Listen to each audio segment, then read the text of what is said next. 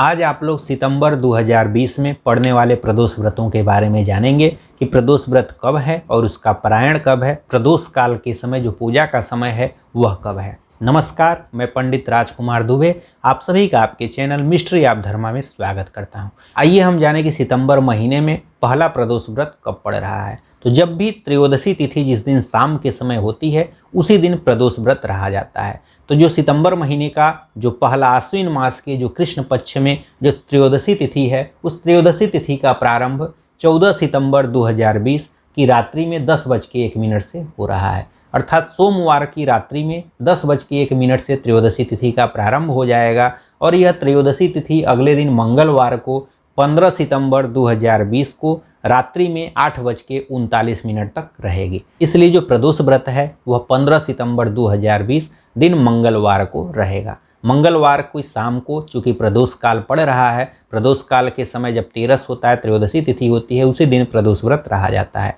तो वह इस बार 15 सितंबर 2020 दिन मंगलवार को पड़ रहा है। मंगलवार को यह प्रदोष व्रत होने के कारण इसे भौम प्रदोष व्रत के नाम से भी जाना जाता है। अब आइए जाने कि इस दिन प्रदोष काल कब है। आप लोगों को जो लोग भी प्रदोष व्रत रहते हैं उस दिन शाम के समय में पूजा जरूर करनी चाहिए। सुबह आप लोग पूजा करें वह तो ठीक है, स्नान करने के पश्चात सुबह आप लोगों को अगर पूजा करते हैं तो वह अच्छा है, लेकिन शाम के समय जो प्रदोष काल होता है उस समय पूजा करना जरूरी होता है। तो शाम के समय जो प्रदोष काल है वह प्रदोष काल आपका 4:56 से प्रारंभ होकर के और रात्रि में 7:18 तक रहेगा। तो जो शाम को प्रदोष काल है वह शाम को 4:56 से लेकर के और 7:18 तक रात्रि को है। तो उस समय आप लोग प्रदोष काल के समय भगवान शिव की उनके परिवार सहित उनकी पूजा आप लोग जरूर करें। इसके बाद इस व्रत का जो पारायण है वह चूँकि त्रयोदशी तिथि रात्रि में ही समाप्त हो जा रही है, इसलिए अगले दिन सुबह से ही आप लोग इस व्रत का पारायण कभी भी कर सकते हैं। अब आइए जाने कि भौम प्रदोष व्रत किसको उठाना चाहिए। अगर आप लोग पहली बार इस व्रत को उठाना चाहते हैं तो जिन लोगों का भी ऋण अगर बहुत अधिक हो, ऋण अगर आपका बहुत अधिक हो, शत्रु अगर आपके बहुत अधिक हो, शत्रु आपको अगर परेशान करते हो, तो अगर ऋण से मुक्ति चाहते हैं या शत्रुओं से मुक्ति चाहते हैं तो फिर आप इस मंगलवार को प्रदोष व्रत को उठा सकते हैं। इसके अलावा जिनकी कुंडली में मंगल खराब होता है तो मंगल ग्रह को प्रसन्न करने के लिए, मंगल ग्रह की शांति के लिए आप लोगों को यह भौम प्रदोष व्रत इस व्रत को उठा सकते हैं। जब भी मंगलवार को प्रदोष व्रत पड़े तो ऋण से मुक्ति के लिए, रोग से मुक्ति के लिए और मंगल ग्रह की शांति के लिए भौम प्रदोष व्रत को आप लोग उठा सकते हैं। इसके बाद बात करेंगे कि सितंबर महीने में पड़ने वाला दूसरा प्रदोष व्रत कब है। तो जो सितंबर महीने में जो दूसरा प्रदोष व्रत है वह अधिक मास में पड़ रहा है। तो इस बार जो दूसरा प्रदोष व्रत है वह अधिक मास में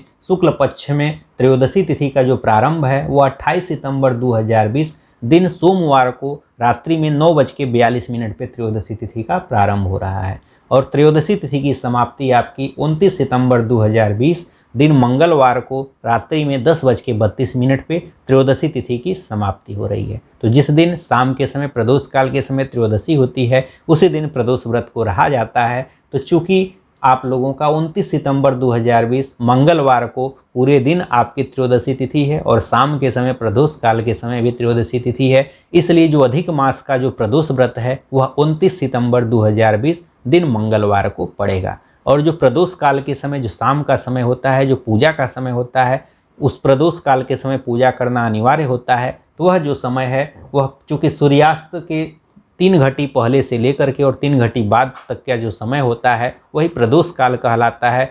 1 घटी में 24 मिनट होता है तो 3 घटी अर्थात 72 मिनट। तो उस दिन जो प्रदोष काल का समय है वह 4:43 से लेकर के और रात्रि में 7:02 तक है। तो शाम को 4:43 से लेकर के और रात्रि में 7:02 के पहले तक आप लोग भगवान शिव का उनके परिवार सहित जो भी आप लोगों को पूजा करनी है तो शाम के समय आप लोग पूजा जरूर करें। चाहे मंदिर में करें, चाहे अपने घर पर करें, जहाँ भी आपको पूजा करनी हो तो शाम के समय जो यह प्रदोष काल है इस समय भगवान शिव की आप लोग पूजा जरूर करें। इसके बाद जो इस व्रत का पारायण है तो चूँकि त्रयोदशी तिथि रात्रि में ही समाप्त हो जा रही है तो आप लोग अगले दिन सुबह से कभी भी इस व्रत का पारायण कर सकते हैं। तो यह भी मंगलवार को यह भी व्रत पड़ रहा है, इसलिए इसे भी भौम प्रदोष व्रत कहेंगे। लेकिन जिन लोगों को भी अगर प्रदोष व्रत अगर मंगलवार वाला उठाना हो तो वे लोग जो अधिक मास पड़ता है इसमें प्रदोष व्रत को नहीं उठाना चाहिए। तो अगर आप लोग पहले ही उठा लिए हैं तो ठीक है, इसमें अगर नया प्रदोष व्रत उठाना हो तो इस अधिक मास से आप लोग प्रदोष व्रत को न उठाएं, क्योंकि अधिक मास में कोई भी नया व्रत नहीं उठाया जाता है। आशा करता हूँ कि आप लोगों को हमारे द्वारा दी गई जानकारी अच्छी लगी होगी। इन्हीं सब बातों के साथ हम आपसे विदा लेते हैं। नमस्कार, धन्यवाद।